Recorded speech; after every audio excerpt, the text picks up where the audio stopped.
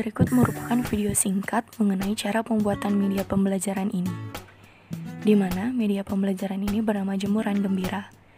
Bahannya sangat sederhana, yaitu styrofoam, kertas origami berwarna-warni, lem kertas, jepitan kertas, dan tali.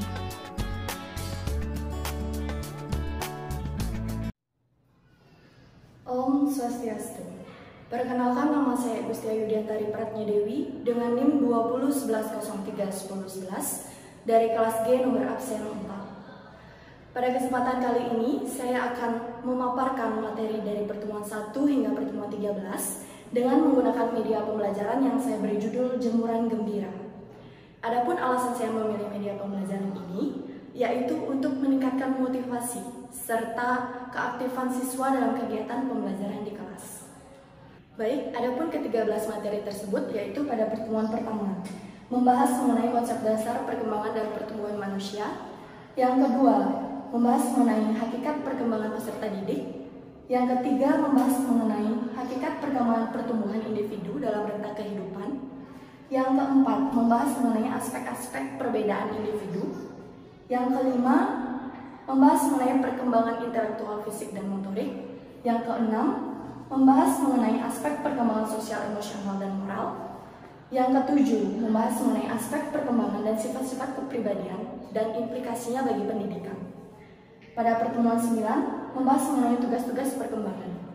Pada pertemuan 10, membahas mengenai faktor-faktor yang mempengaruhi tugas perkembangan peserta didik. Pada pertemuan 11, membahas mengenai konsep dasar multiple intelligensi. Pada pertemuan 12, membahas mengenai pengembangan multiple intelligensi. Dan pada pertemuan terakhir, membahas mengenai reward dan punishment. Baik, jadi di sini saya akan mengambil 3 materi dari ke-13 pertemuan yang ada. Adapun materi pertama yang saya ambil yaitu dari pertemuan pertama, mengenai materi konsep dasar perkembangan dan pertumbuhan manusia. Pengertian pertumbuhan yaitu dapat diartikan sebagai perubahan yang terjadi secara kuantitatif yang meliputi ukuran dan struktur. Adapun contohnya yaitu bertambah tingginya seorang anak.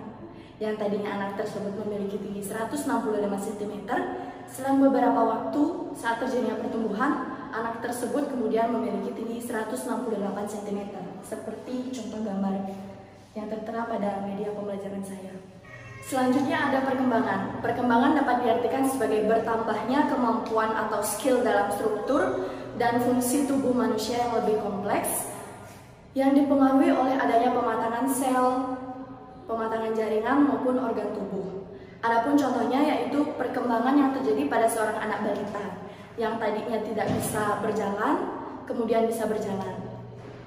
Perkembangan dan pertumbuhan memiliki persamaan, yaitu saling berkaitan dalam perubahan yang terjadi pada individu tersebut. Pertumbuhan dan perkembangan juga memiliki perbedaan, yaitu terletak pada jenis perubahan yang terjadi. Contohnya yaitu pada pertumbuhan. Pertumbuhan tidak berlangsung selama seumur hidup, sedangkan perkembangan merupakan proses yang berkelanjutan. Adapun materi kedua yang saya ambil yaitu dari pertemuan 3, mengenai hakikat perkembangan pertumbuhan individu dalam rentang kehidupan. Perkembangan dan pertumbuhan dapat dilihat melalui waktu yang dilalui manusia, yang disebut juga dengan fase. Adapun pembagiannya dibagi menjadi 5, yaitu pertama, fase pranatal, yaitu saat individu tersebut masih di dalam kandungan.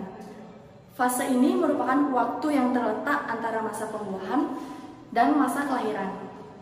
Pada fase ini terjadi pertumbuhan sel, yang tadinya terdiri dari satu sel menjadi satu organisme yang lengkap. Yang kedua adalah fase bayi. Fase ini dimulai sejak bayi tersebut lahir hingga berumur 24 bulan. Masa ini merupakan masa yang sangat bergantung pada orang tua, di mana banyak kegiatan psikologis baru yang dimulai seperti berbahasa, koordinasi sensori motorik, dan sosialisasi. Yang ketiga ada fase kanak-kanak atau disebut juga dengan masa prasekolah. Pada fase ini, anak mulai belajar untuk melakukan kegiatannya sendiri, seperti kesiapan untuk ia melakukan kegiatan di sekolah. Pada fase keempat, yaitu fase kanak-kanak tengah dan akhir. Fase ini terjadi pada umur 6 hingga 11 tahun. Pada fase ini, mereka mulai memasuki dunianya sendiri, yang lebih luas dengan budayanya. Dan yang terakhir ada fase remaja. Fase ini terjadi pada umur 10 hingga 18 tahun. Dalam fase ini, remaja mengalami perubahan fisik yang sangat cepat. Dan pada fase ini, mulai dilakukan upaya untuk mandiri dan pencarian identitas diri. Dan materi ketiga yang saya ambil yaitu dari pertemuan ke-13 mengenai reward dan punishment. Reward dapat diartikan sebagai memberikan sesuatu pada orang lain sebagai bentuk penghargaan atau kenang-kenangan, ataupun cenderamata yang menjadi salah satu metode psikologis dalam pendidikan.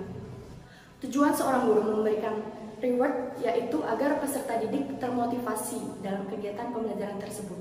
Adapun macam-macam reward yaitu bisa berupa benda, bisa berupa pujian atau kata-kata, bisa berupa gerak-gerik seperti menganggukkan kepala saat jawaban peserta didik tersebut benar.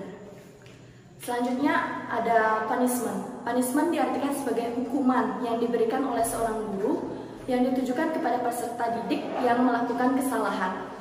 Adapun tujuan dari pemberian punishment ini yaitu untuk memberikan efek jera kepada para peserta didik yang melakukan kesalahan, sehingga peserta didik tersebut tidak akan mengulangi kesalahan yang sama lagi. Adapun macam-macam punishment, yaitu yang pertama ada punishment asosiatif, yang kedua ada punishment logis, dan yang ketiga ada punishment normatif. Baik, sekian yang dapat saya sampaikan pada kesempatan kali ini. Mohon maaf jika terdapat kesalahan kata. Akhir kata saya ucapkan terima kasih dan saya tutup dengan Parama Santi. Om Santi, Santi, Santi, Om.